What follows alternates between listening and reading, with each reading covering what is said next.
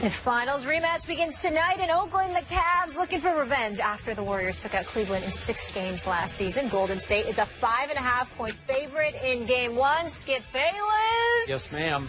What do you expect tonight? Stephen A. Smith. I expect LeBron James and Kyrie Irving to lead their team to a big upset victory in Game 1 at Oracle tonight as a 6-point underdog to the Golden State Warriors. I expect that we shouldn't underestimate a guy that you continue to rave about on the show and what this game means to Kyrie Irving, who obviously wrecked his knee in overtime of Game 1 last year in this same building. I expect that Kyrie has been pointing to this night and this date for a long, long time, and I think he's going to unleash tonight and feel like, because he's now back at 100%, that he has some things to make up, you know, some debts to pay here, you know, I just think you're going to have a big game from Kyrie, and you're going to have a Game 1 and 2 and 3 that you got from LeBron last year when he went high usage rate. He controlled the ball about 40% of the time, which controlled the tempo and controlled the clock and kept the score down. He also did that in the first game this regular season on Christmas, as you recall, at Oracle.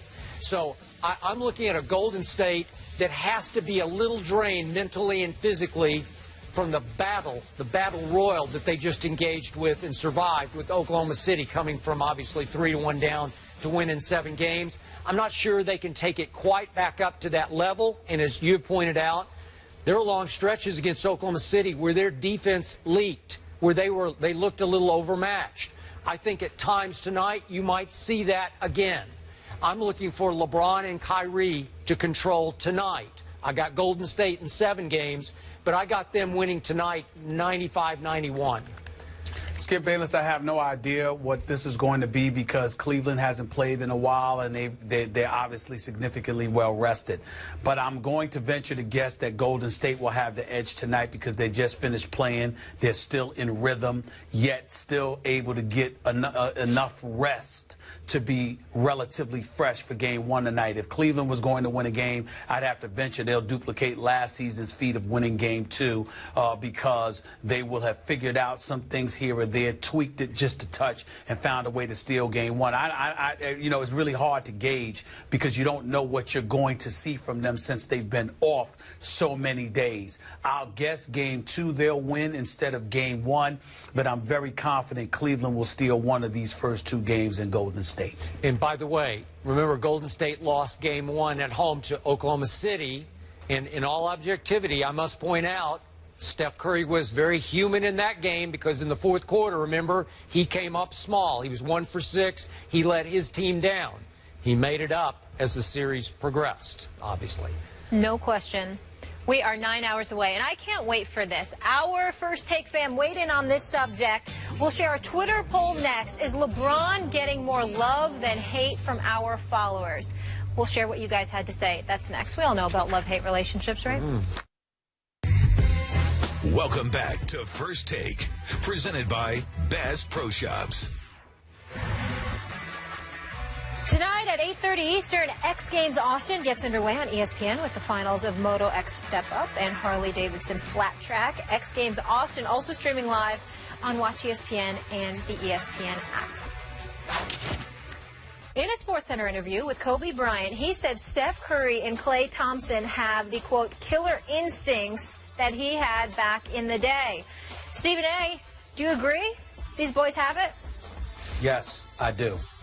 Because we've seen enough evidence from both of them in clutch moments to validate that, and they're champions as well. If they were not champions, then we could make a debate. But the fact that they're champions, one's universally recognized as the best shooter in the game, not to mention he's a reigning 2-time league MVP. The other is the reigning 3-point shooting champion who feels he's better than the guy universally recognized as the best shooter in the game as a shooter. He thinks, Klay Thompson thinks he's better than him, has gone about the business of proving that a legitimate argument could be made in regards to that time and time again. 37 points in one quarter, 11 three-pointers in a playoff Game 6, 41 points in Game 6 against OKC, et cetera, et cetera. Klay Thompson has stepped up in many, many, many big moments and has produced. And so when you look at it from that perspective, and the fact that they're champions, and they just overcame a 3-1 deficit against an elite team in the Oklahoma City Thunder, how can you deny what Kobe Bryant has said? They're marksmen, and they have no conscience. They will shoot at any time, from anywhere. Both have the ultimate green light and wouldn't care if they didn't. They'd still do what they're doing. I think that he's accurate.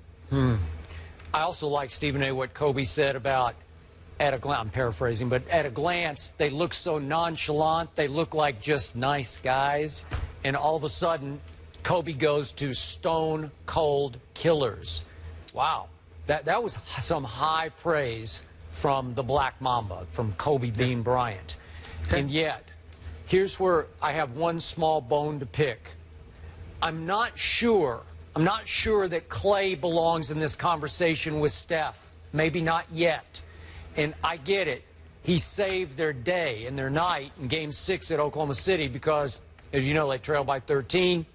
And Klay just flat out kept them afloat with no conscience, 3 after 3 after 3, after getting off to a slow start. I get all that. But I'm going to use the numbers that I used to start the show off. These are what are called clutch time numbers. It's the last 5 minutes of a game when the score's within 2 possessions, within 6 points. Steph Curry, through these playoffs, has scored 46 points under those conditions. Klay scored 7. And in that time, clutch time, in these playoffs, Steph Curry is 14 for 23 from the field, 9 of 13 from 3, while Klay is 1 for 10 in clutch time. Now, again, there are stretches of key times, key moments, key stretches, where Klay just goes berserk. He goes that 37-point quarter kind of berserk. Nobody can get hotter than Klay can for a stretch.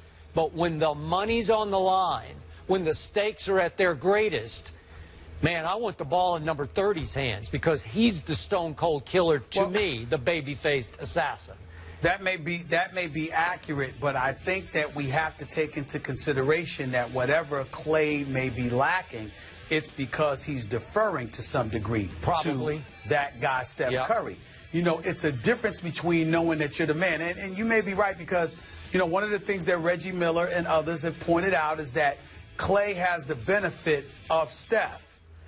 Reggie Miller was the #1 option. Ray Allen, for the vast majority of his career, even though he played with Big Dog and Sam Cassell and all of those, he was the #1 option as a shooter. And so that's not the case with Klay. Klay has the cushion of Steph Curry being the #1 option, doing the same thing that he does, meaning being a perimeter shooter. And so because of it, it's a valid argument that only one of them belongs in the same category as a stone-cold killer. But I've seen Klay get hot. And I've seen his willingness and ability to bury you, not to mention the fact he usually produces to keep you afloat when Steph is struggling sometimes. That is correct. No, they're a really good 1-2 punch. They're a great 1-2 punch. Yeah, I wouldn't mess with that. I wouldn't mess with it. Hey, but in the end, Klay is more of a spot-up shooter, and Steph, when it's time, he not only makes shots, but he can make plays that I don't think Klay consistently can make. Well, Klay is not just a spot-up shooter. He's a catch-and-shoot kind of guy That's as well. what I mean. Catch and shoot. Yep, you got it. Steph off the dribble. All right, guys, Game 1 tonight. We picked the series, but who gets this one at the Oracle? We'll break it down for you when we come back.